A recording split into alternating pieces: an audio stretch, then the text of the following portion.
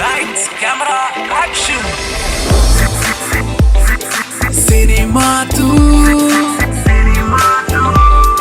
Sony jyote. Pramod ಅವರೇ, ಇದೇ 22ನೇ ತಾರೀಕು ರಾಜ್ಯಾದ್ಯಂತ ಚಿತ್ರಮಂದಿರದಲ್ಲಿ ರಿಲೀಸ್ ಆಗ್ತಾ ಇದೆ ದಿಲ್ ಖುಷ್ ಈ ಒಂದು ಚಿತ್ರ.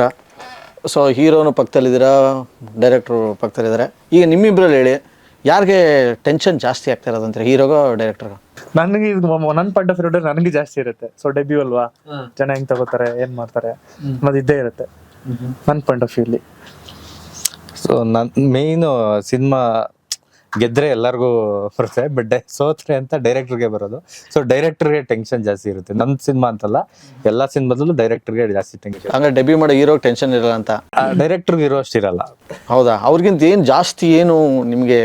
ಯಾಕೆಂದ್ರೆ ನಾವು ಪ್ರೊಡ್ಯೂಸರ್ಗೆ ಉತ್ತರ ಕೊಡ್ಬೇಕಾಗುತ್ತೆ. ಸೊ ಆರ್ಟಿಸ್ಟ್ಗಳಿಗೂ ಅಷ್ಟೇ, ಈಗೇನೋ ಒಂದು ಸಿನಿಮಾ ಹಂಗಾಗುತ್ತೆ ಹಿಂಗಾಗುತ್ತೆ ಅಂತ ಇದು ಮಾಡಿರ್ತೀವಿ, ಅವ್ರಿಗೂ ಉತ್ತರ ಕೊಡ್ಬೇಕಾಗುತ್ತೆ. ಸೊ ಎಲ್ಲಾನು ಚೆನ್ನಾಗಾಗುತ್ತೆ ಅಂತ ನಾವು ಅಂದ್ಕೊಂಡು ಇದೀವಿ, ಬಟ್ ಆದ್ರೂ ಟೆನ್ಷನ್ ಇದ್ದೇ ಇರುತ್ತೆ. ಏನು ಆ್ಯಕ್ಚುಲಿ ದಿಲ್ ಖುಷ್ ಅಂತಂದ್ರೆ? ಆ್ಯಕ್ಚುಲಿ ದಿಲ್ ಖುಷ್ ಅಂದ್ರೆ ಒಂದು ಟೈಟ್ಲು ಸಿಕ್ತು ನನಗೆ, ಕ್ಯಾಚ್ ಆಗಿರೋ ಟೈಟ್ಲ್ ಹುಡುಕ್ಬೇಕು ಅಂದಾಗ ಸಿಕ್ತು ದಿಲ್ ಖುಷ್ ಅಂತ. ಅದ್ರ ತಕ್ಕನಂಗೆ ಕ್ಯಾರೆಕ್ಟರ್ ನೇಮ್ ಇಟ್ಕೊಂಡು ದಿಲ್ ಖುಷ್ ಮಾಡಿದೀವಿ. ಕ್ಯಾರೆಕ್ಟರ್ ನೇಮಲ್ಲೇ ದಿಲ್ ಖುಷ್ ಇದೆ. ಓಕೆ, ಇವಾಗ ಹೇಳಿ ಏನಂತಂದ್ರೆ, ಧರ್ಮಣಿಂದ ಶುರು ಮಾಡ್ತೀನಿ. ಯಾವ್ಯಾವ ಏಜ್ನವ್ರಿಗೆ ಯಾವ್ಯಾವ ವಿಷಯಕ್ಕೆ ದಿಲ್ ಖುಷ್ ಆಗತ್ತೆ ಅಂತೀರಾ? ಫಸ್ಟ್ ನಾನು ಏಜ್ ಕೇಳ್ತೀನಿ. 1 ರಿಂದ 5 ವರ್ಷದ ಮಕ್ಕಳಿಗೆ. ಅಪ್ಪನ್ ನೋಡ್ರೆ ಜಾಸ್ತಿ ಖುಷಿ ಆಯ್ತು ಹೆಣ್ಮಕ್ಳಿಗೆ, ಅಮ್ಮನ್ ನೋಡ್ರೆ ಜಾಸ್ತಿ ಖುಷಿ ಆಯ್ತು ಗಂಡ್ ಮಕ್ಳಿಗೆ, ಅಂದ್ರೆ ಮಗುಗೆ ಬೇಗ. ಇಬ್ರಿಗೂ ಚಾಕ್ಲೇಟ್ ಕೊಡ್ಸಿದ್ರೆ, ಚಾಕ್ಲೇಟ್ ಕೊಟ್ರೆ ದಿಲ್ ಖುಷ್ ಆಗುತ್ತಾ ಮಕ್ಕಳಿಗೆ? ಓಕೆ, ಈಗಿನ ಪ್ರೆಸೆಂಟ್ ಸಿಚುವೇಶನ್ ನೋಡಿದ್ರೆ ಮೊಬೈಲ್ ಕೊಟ್ರೆ ಸಾಕು ದಿಲ್ ಖುಷ್ ಆಗುತ್ತೆ. ಬಂದ್ರಿ ಪಾಯಿಂಟ್ಗೆ. ನಿಮ್ಮಲ್ಲೂ ಹತ್ರ ಯಾವ್ದಾರು ಇದಾವ? ಇಲ್ಲ ಇಲ್ಲ, ನಾನು ಸುತ್ತಮುತ್ತ ಇರ್ತಾವಲ್ವಾ. ಓಕೆ, ಹಾಗೆ ಧರ್ಮಣ್ಣ ಅವರೇ, 5 ರಿಂದ 10 ವರ್ಷದ ಮಕ್ಕಳಿಗೆ ಅವ್ರಿಗೆ ಮೊಬೈಲ್ ಅಂತ ಹೇಳ್ಬೋದು. ಯಾಕೆ ಅಷ್ಟೊಂದು ಹುಚ್ಚು ಆ ಏಜ್? ಮಗ ಇದ್ದಾನ ಈಗ, ಅಲ್ಲಪ್ಪ ಮೊನ್ನೆ ಹೊಡೆದಾಕ ಅಂದ್ರೆ ಅವಕ್ಕೊಂದು ಖುಷಿ ಇರುತ್ತಲ್ಲ, ಗೊಂಬೆ ಆಗ ಅವು ತಿಳ್ಕೊಳ್ಳೋ ಅಂತ ಟೈಮ್ ಅದು. ಅಂತಂದ್ರೆ ಏನೇನೋ ಕಲರ್ಫುಲ್ ಆಗಿ ನೋಡೋಂಥದ್ದು ಈ ಗೊಂಬೆಗಳು, ಆ ತರದ್ ಏನಾರ ಬಂತು ಅಂತಂದ್ರೆ ಎದ್ದಳದೇ ಇಲ್ಲ ಅವರು. ಟಿವಿಲಿ ಆಗ್ಲಿ ಇಲ್ಲ ಮೊಬೈಲ್ ಆಗ್ಲಿ ಹಿಡ್ಕೊಂಡ್ ಕುತ್ಕೊಂಡ್ಬಿಡ್ತಾರೆ, ಊಟನೂ ಬೇಡ ಬೇಕಾರೆ. ಪ್ರಮೋದ್ ಅವರೇ, 5 ರಿಂದ 10 ವರ್ಷ. 5 ರಿಂದ 10 ವರ್ಷ ಸ್ಕೂಲ್ಗೆ ಹೋಗ್ಬೇಡ ಮನೇಲೇ ಇರು ಅಂದ್ರೆ ಇದು ಯಾಕೋ ತುಂಬಾ ಹತ್ರದ ಪರ್ಸನಲ್ ಅನುಭವ ಅನ್ಸುತ್ತೆ. ಇಲ್ಲ, ಆ ಥರ ಏನಿಲ್ಲ. ಸೊ ನನ್ಗೆ ನಾನು ಸ್ಕೂಲ್ಗೆ ಹೋಗದೆ ಅವತ್ತು ಇದ್ರೆ ಫುಲ್ ಖುಷಿ ಆಗೋದು. ಆ ಥರ ಅದೇ ಹೇಳಿದ್ದು ನಾನು, ನಿಮ್ಮ ಅನುಭವನ, ವೈಯಕ್ತಿಕ ಅನುಭವನ ಅಂತ. ಯಾಕೆಂದ್ರೆ ನಾನು ಊರಲ್ಲಿ ಹಳ್ಳಿಲಿ ಇದ್ದಿಂದ ನಾನು ಅವಾಗ 5 ವರ್ಷ ಏನೋ. ಸೊ ನಾನು ಅಲ್ಲಿ ಆಟ ಆಡ್ತಿದ್ರೆ ಊರಲ್ಲಿ ಅವಾಗ ಟೀಚರ್ಸೇ ಸ್ಕೂಲ್ ಸೇರಿಸಿಲ್ಲ ಅಂದ್ರೆ ಮನೆ ಹತ್ರ ಬಂದು ಕರ್ಕೊಂಡೋಗಿ ಸ್ಕೂಲ್ ಸೇರಿಸ್ಕೊಂತಿದ್ರು. ಸೊ ನಾನು ಅಲ್ಲಿ ನಮ್ಮ ರೋಡಲ್ಲಿ ಬರ್ತಾ ಇದ್ದಾರೆ ಅಂದ ತಕ್ಷಣ ನಾನು ಅಲ್ಲಿಂದ ಹೆಂಗ್ ಓಡೋಣ ಗೊತ್ತಿಲ್ಲ, ಒಂದು 4-5 ಕಿಲೋಮೀಟರ್ ದೂರ ಓಡ್ಬಿಟ್ಟಿದ್ದೀನಿ. 4-5 ಕಿಲೋಮೀಟರ್ ದೂರ ಓಡ್ಬಿಟ್ಟಿದ್ದೀನಿ. ಸೊ ಆ ಥರ ಅಷ್ಟು ಇಷ್ಟ ಇರ್ತಿರ್ಲಿಲ್ಲ ನನಗೆ ಆ ಥರ ಸ್ಕೂಲಲ್ಲಿ, ಅಂದರೆ ಟೀಚರ್ಸ್ನಾರ ಹೊಡಿತಾರೆ. ಒಟ್ಟಿನಲ್ಲಿ ಸ್ಕೂಲ್ ರಜಾ ಅಂದ್ರೆ ದಿಲ್ ಖುಷು ಮಕ್ಳು. ನನ್ನ ಪ್ರಕಾರ 5 ರಿಂದ 10 ವರ್ಷ ಅಲ್ಲ, ಒಂದು ಚಿಕ್ಕ ಸೈಕಲ್ ದಿನ ತಂದ್ಕೊಟ್ಬಿಟ್ರೆ ಅವ್ರಿಗೆ ಫುಲ್ ಖುಷಿ. ಅವರು ನಿದ್ದೆನೂ ಮಾಡಲ್ಲ ಅನ್ಸುತ್ತೆ, ಅವಾಗ ಹೇಳ್ಕೊಂಡು ಓಡಾಡ್ತಾನೆ ಇರ್ತಾರೆ. ಓಕೆ, ಈಗ 10 ರಿಂದ 15 ವರ್ಷದ ಹುಡುಗರಿಗೆ. 10 ರಿಂದ 15 ವರ್ಷದ ಹುಡುಗರಿಗೆ ಚಿಗುರು ಮೀಸೆ ಬಂದ್ರೆ ಖುಷಿ ಆಗುತ್ತೆ. ನನ್ನ ಫ್ರೆಂಡ್ ಒಬ್ಬಿದ್ದ, ಅವನು SLC ಮುಗಿತಾವ ಕರೆಕ್ಟ್ 15 ವರ್ಷ. ಈ PUC ಬರೋದ್ರೊಳಗೆ ಏನಾಗ್ಬಿಟ್ಟಿತ್ತು ಅಂದ್ರೆ, ಮೀಸೆ ಬರ್ಲಿ ಅಂದ್ಬಿಟ್ಟು ಎರ್ಕಂಡ್ ತಪ್ಪ ಮೀಸೆ ಬಂದ್ಬಿಟ್ಟು ಆ ತರದ್ದೆಲ್ಲ ಅವಾಗೆಲ್ಲ ಸಿಕ್ಕಾಪಟ್ಟೆ ಮಜಾ ಇರ್ತಿತ್ತು, ಆಯ್ತಾ. ಹಂಗಾಗಿ ಚಿಗುರು ಮೀಸೆ ಬಂದ್ರೆ ಖುಷಿ. ಓಕೆ, ಪ್ರಮೋದ್ ಅವರೇ, ಹೈಸ್ಕೂಲ್ ಆ ಟೈಮಲ್ಲಿ ಇರೋರಿಗೆ ಯಾವುದೋ ಒಂದು ಕ್ರಶ್ ಆಗಿರುತ್ತೆ. ಸೊ ಆ ಕ್ರಶ್ಶು ಇವ್ನು ನೋಡ್ತಾ ಇರ್ತಾನೆ ಹುಡುಗ. ಸೊ ಅವಳು ನೋಡ್ತಿದ್ರೆ, ಸೊ ನೋಡ್ತಿದ್ದಾಳಲ್ಲ ಅಂತ ದಿಲ್ ಖುಷಿ ಆಗ್ತಾ ಇರುತ್ತೆ. ತಿರುಗಿ ನೋಡಿದಾಗ ಎಲ್ಲದೂ ಇವ್ರು ಪರ್ಸನಲ್ ಹೇಳ್ತಾರೆ, ಅನುಭವಿಸ್ತಾ ಇದ್ದಾರೆ. ಓಕೆ, ಆಕ್ಚುಲಿ ನಂದು ಅದೇ ಆನ್ಸರ್ ಇತ್ತು, ನಂದು ಪರ್ಸನಲ್ ಆಗಿ ನಾನು ಹೇಳ್ತಿದ್ದೆ. ಓಕೆ, ಈಗ 15 ರಿಂದ 30 ವರ್ಷದ ಹುಡುಗರಿಗೆ ಫಸ್ಟ್ ಮದುವೆ ಆಗ್ಬಿಡ್ಲಿ ಅಂತ ಇರುತ್ತೆ. ಮದುವೆ ಅಂದ್ರೆ ದಿಲ್ ಖುಷಿ ಆಗ್ಬಿಡುತ್ತಾ? ಇನ್ನೇನು ಅಷ್ಟು ಜನ ಹುಡುಕಾಡ್ತೀರಿ, ಎಣ್ಣೆ ಸಿಗ್ತಿರ್ಬೋದ, ಇವತ್ತು. ಓಕೆ, ಪ್ರಮೋದ್ ಅವರು, ಒಳ್ಳೆ ಕೆಲಸ ಸಿಗ್ಬೇಕು. ಈಗ ಸೆಟ್ಲ್ ಆಗೋ ರೇಂಜ್ ಅಲ್ಲ ಅವ್ರು ಆಗ್ಲೇ. ಸೊ 15 ರಿಂದ 30 ವರ್ಷ ಇದಿರುತ್ತೆ ಸೆಟ್ಲ್ ಆಗ್ಬೇಕು. 15 ರಿಂದ 30 ವರ್ಷದಲ್ಲಿ ನಾವ್ ಯಾವ ಕೆಲಸ ಇಷ್ಟಪಡ್ತೀವಿ, ಸೊ ಆ ಕೆಲಸದಲ್ಲೇ ಇದ್ದು ಆ ಕೆಲಸನೇ ಮಾಡ್ತಾ ಇದ್ರೆ ಫುಲ್ ದಿಲ್ ಖುಷಿ ಆಗುತ್ತೆ. ಓಕೆ, ಹುಡುಗಿರ್ಗೆ ಹುಡುಗಿರ್ಗ ಅದೇ ಏನಾರು ಬಾಯ್ ಫ್ರೆಂಡ್ಸ್ ಏನೋ ಗಿಫ್ಟ್ ಕೇಳಿದಾಗ ಕೊಡಿಸಿದಾಗ ಫುಲ್ ಖುಷಿ ಆಗ್ತಾರೆ. ಮತ್ತೆ 15ರಿಂದ 30 ಆರ್ನಮೆಂಟ್ಸ್ ಒಡವೆನಾರ ತಗೊಂಡಾಗ ಅವ್ರಿಗೆ ಇನ್ನೂ ಖುಷಿ ಅವ್ರಿಗೆ. 15ರಿಂದ 30 ಅಂತಂದ್ರೆ ಅವ್ರು ಅನ್ಕೊಂಡಿದ್ ಓದಕ್ ಬಿಟ್ರೆ ದಿಲ್ ಖುಷಿ ಆಗುತ್ತೆ ಹುಡುಗಿರಿಗೆ. ಹೌದು. ಒಳ್ಳೆ ಐಫೋನ್ ಕೊಡ್ಸಿದ್ರೆ ಒಳ್ಳೆ ಐಫೋನ್ ಏನ್ ಸರ್, ಐಫೋನ್ ಒಳ್ಳೆ ಅಲ್ಲ, ಐಫೋನ್ ಅಲ್ಲಿ ಒಳ್ಳೇದು. ಅದ್ರಲ್ಲೇ ಟಾಪ್ ಯಾವ್ದು ಇರುತ್ತೆ, ಪ್ರೆಸೆಂಟ್ ಯಾವ್ದು ಯಾವ್ದು ವರ್ಷಕ್ಕೊಂದೊಂದು ಈಗ ಲಾಂಚ್ ಮಾಡ್ತಾ ಇರ್ತಾರಲ್ಲ, ಕೊಡ್ಸಿದ್ರೆ ದಿಲ್ ಖುಷಿ ಆಗುತ್ತೆ ಅವ್ರಿಗೆ. ಓಕೆ ಧರ್ಮಣ್ಣ, ಈಗ ಅದೇ 30ರಿಂದ 40 ವಯಸ್ಸಿನ ಹುಡುಗರಿಗೆ ಅವಾಗ ಲೈಫ್ ಸರ್, ಲೈಫು, ಕುಟುಂಬ, ಫ್ಯಾಮಿಲಿ ಎಷ್ಟು ಚೆನ್ನಾಗಿರುತ್ತೆ ಅಷ್ಟು ದಿಲ್ ಖುಷಿಯಾಗಿರ್ತಾರೆ. ಹುಡುಗಿಗೂ ಸೇಮ್ ಅಷ್ಟೊತ್ತಿಗೆ ಅವಳಿಗೂ ಮಕ್ಕಳು ಭವಿಷ್ಯ ಯೋಚನೆ ಮಾಡ್ತಿರ್ತಾರೆ. ಮಕ್ಕಳುಗಳು ಚೆನ್ನಾಗಿ ಆಗ್ತಿದ್ರೆ, ಚೆನ್ನಾಗಿ ಓದ್ತಾ ಇದ್ರೆ ಅವಾಗ ದಿಲ್ ಖುಷಿ ಆಗುತ್ತೆ ಹೆಣ್ಮಕ್ಳಿಗೆ. ಓಕೆ, ನೀವೇನಂತ? ಸೊ ಆ ಟೈಮಲ್ಲಿ ಎಲ್ಲ ಫ್ಯಾಮಿಲಿ ಅದು ಇದು ಟೆನ್ಷನ್ ತಗೊಂಡಿರ್ತಾರೆ, ಅದು ಇದು ಕಾಯಿಲೆಗಳೆಲ್ಲ ಶುರು ಆಗ್ತವೆ. ಇದು ಯಾವುದು ಬರದೇ ಇರಲಿ ಪುಣ್ಯಕ್ಕೆ ಅಂತ ಆ ಥರ ದಿಲ್ ಖುಷಿ ಆಗುತ್ತೆ. ದಿಲ್ ಖುಷಿ ಆಗ್ತಾರೆ. ಓಕೆ, ಹುಡುಗರಿಗೆ ಯಾವ ವಿಚಾರಕ್ಕೆ ದಿಲ್ ಖುಷಿ ಆಗುತ್ತೆ, ಹುಡುಗಿರಿಗೆ ಯಾವ ವಿಚಾರಕ್ಕೆ ದಿಲ್ ಖುಷಿ ಆಗುತ್ತೆ? 30ರಿಂದ 40. ಅದೇ ನಾವು ಅನ್ಕೊಂಡಿದ್ದು ಕೆರಿಯರ್ ಅಲ್ಲಿ ಸಕ್ಸಸ್ ಕಂಡಾಗ ಆ ಏಜ್ ಅಲ್ಲಿ ಅನ್ಸುತ್ತೆ ನಾವು ನೋಡೋಕ್ಕಾಗೋದು. ಇಷ್ಟು ವರ್ಷದ ಪ್ರಯತ್ನ 30 ಆದ್ಮೇಲೆ ಅಲ್ವಾ, ಅದು ಕಂಡಾಗ ದಿಲ್ ಖುಷಿ ಆಗುತ್ತೆ ಹುಡುಗಿರಿಗೆ ಅದೇ ಅವ್ರದ್ದು ಮಕ್ಕಳು ಅವ್ರ ಎಕ್ಸ್ಪೆಕ್ಟೇಷನ್ ಸಿಕ್ಕಿರೋ ಹುಡುಗ ಏನಾದ್ರು ಮದ್ವೆ ಆಗ್ಬಿಟ್ರೆ ಅವ್ರಿಗೆ ಹುಡುಗಿರೆಲ್ಲ 30ಕ್ಕೆ ಆಗ್ತಾರ ಆಲ್ಮೋಸ್ಟ್ ಅಲ್ಲ ಹೇಳಿದ್ದು, ಈಗ ಆಗ್ತಿದಾರಲ್ಲ ಸರ್ ಆಲ್ಮೋಸ್ಟ್ ಹಂಗೆ. ಓಕೆ ಧರ್ಮಣ್ಣ, 40ರಿಂದ 60 ವರ್ಷ. 60 ವರ್ಷದ ಇದು ಇವತ್ತಿನ ಪರಿಸ್ಥಿತಿ ಹೇಳ್ತೀನಿ, ಹೋದ್ರು ಸಾಕಪ್ಪ ಅನ್ನಂಗೆ. 40ಕ್ಕೆ 60ಕ್ಕೆ ಅದಕ್ಕೆ 60 ಅಂತ ಈಗ ಹೇಳಿದ್ದು. ಏನಕ್ಕೆ ಅಂದ್ರೆ ಇವತ್ತಿನ ಪರಿಸ್ಥಿತಿ ಅಲ್ಲ, ಆಕ್ಚುಲಿ ಅವರೇ ಮಾಡ್ಕೊಂಡಿರ್ತಾರೆ. ಏನಂತಂದ್ರೆ ಇವತ್ತಿನ ಮಕ್ಳು ಎಲ್ಲ ಓದ್ಬಿಟ್ಟು ಫಾರಿನಿಗ ಗಿರಿನಿಗ ಹೋಗಿರ್ತಾರೆ. ಈಗ ಎಷ್ಟೋ ನೀವೇ ನೋಡಿರ್ತೀರ, 50 ಯಾರು ತೀರ್ಕೊಂಡ್ರು ಕೂಡ ಅಲ್ಲೇ ನೀವೇ ಸುಟ್ಟಾಕ್ಬಿಡಿ ಅನ್ನೋ ಎಷ್ಟೋ ವಿಷಯಗಳನ್ನ ವಿಡಿಯೋಗಳನ್ನ ನಾವೇ ನೋಡಿದೀವಿ.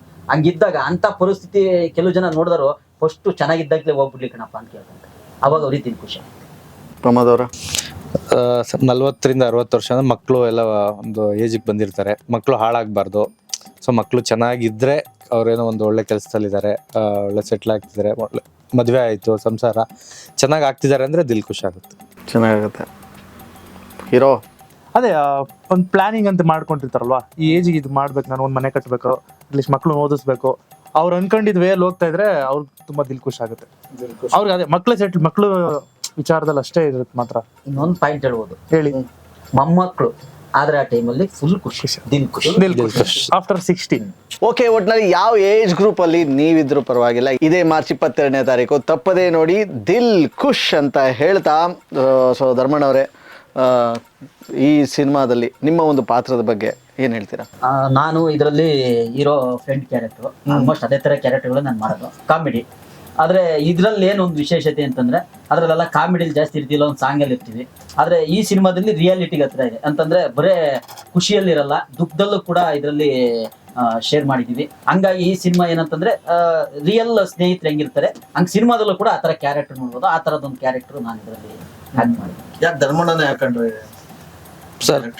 ಧರ್ಮಣ್ಣ ಅವರು ಈಗ ಕೆಲವು ಆರ್ಟಿಸ್ಟ್ ಓವರ್ ಆಕ್ಟಿಂಗ್ ಮಾಡ್ತಾರೆ. ಧರ್ಮಣ್ಣ ಅವರು ನ್ಯಾಚುರಲ್ ಆಕ್ಟಿಂಗ್ ಆರ್ಟಿಸ್ಟ್ ಸ್ಟಾರ್ ಅಂತ ಅವ್ರಿಗೆ ಬಿರುದಿರೋದ್ರಿಂದ ನನಗೆ ಹಂಗೆ ಬೇಕು. ಯಾಕೆಂದ್ರೆ ನಾನು ಏನೋ ಕೊಟ್ಟಿದ್ದೀನಿ ಪಾತ್ರ, ಅವ್ರಿಗೆ ಫ್ರೀಡಮ್ ಇರತ್ತರ, ಅವ್ರು ಏನ್ ಮಾಡ್ತಾರೋ ಅದನ್ನ ಅಕ್ಸೆಪ್ಟ್ ಮಾಡ್ಕೊಬೇಕು.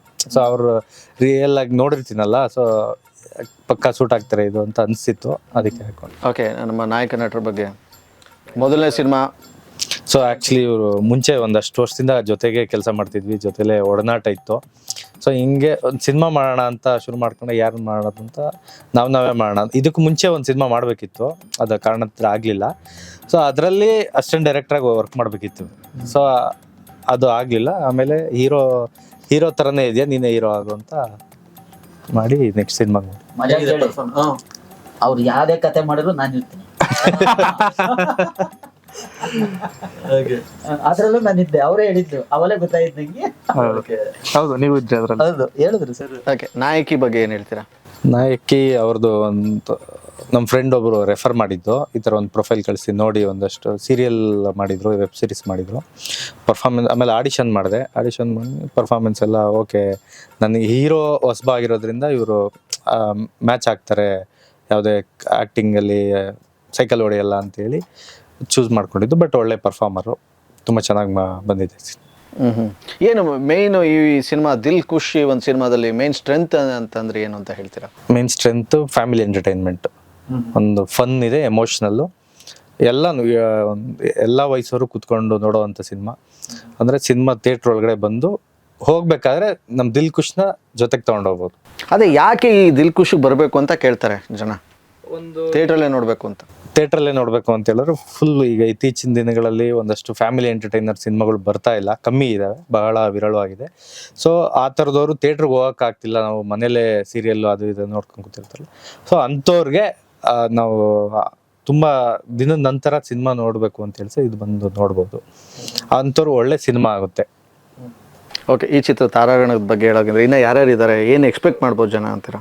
ಈ ಚಿತ್ರದಲ್ಲಿ ಮೇಯ್ನ್ ನಮಗೆ ರಂಗಣ್ಣ ರಘು ಸರ್ ಇದ್ದಾರೆ, ರವಿ ಭಟ್ ಅಂತ ಇದ್ದಾರೆ, ಆಮೇಲೆ ಅರುಣಾ ಬಾಲರಾಜ್ ಅವರು, ರಘುರಾಮನ್ ಕೊಪ್ಪ, ಹೀರೋಯಿನ್ ಸ್ಪಂದನ, ರಂಜಿತ್, ಧರ್ಮಣ್ಣ ಕಡೂರು ಮತ್ತು ಶ್ರೀನಿವಾಸ್ ಗೌಡ ಅಂತ ಒಬ್ರು ಇದ್ದಾರೆ, ಮಂಡ್ಯ ಜಯರಾಮನ್, ಬೊಬೋ ಬಿರಿಯಾನಿ ಅದೊಂಥರ, ಮತ್ತು ಇನ್ನೊಂದಷ್ಟು ಸೂರ್ಯ ಪ್ರವೀಣ್, ಇನ್ನಷ್ಟು ಕಲಾವಿದರಿದ್ದಾರೆ.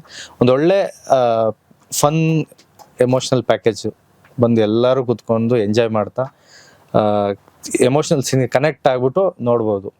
ಎಲ್ಲ ವರ್ಗದವ್ರಿಗೂ ಇಷ್ಟ ಆಗುತ್ತೆ.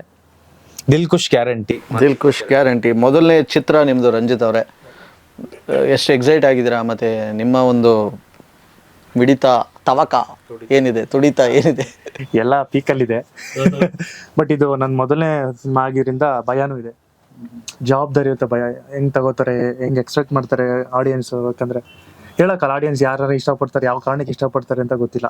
ಸೊ ನಾನು ನೋಪಲ್ಲಿ ಇದ್ದೀನಿ, ನನ್ನನ್ನು ತುಂಬಾ ಇಷ್ಟಪಡ್ತೀರಾ ಅಂತ. ಯಾಕಂದ್ರೆ ನಾನು ನಿಮ್ಮ ಮನೆ ಮಗ ಹೇಗಿರ್ತಾರೋ ಅದೊಂದು ಕ್ಯಾರೆಕ್ಟರ್ ಇದ್ದೀನಿ. ಕುಶಾಲ್ ಅನ್ನೋ ಪಾತ್ರ ಮಾಡ್ತಾ ಇದ್ದೀನಿ, ತುಂಬಾ ಕನೆಕ್ಟ್ ಆಗುತ್ತೆ ಕುಶಾಲ್ ಅನ್ನೋ ಪಾತ್ರ.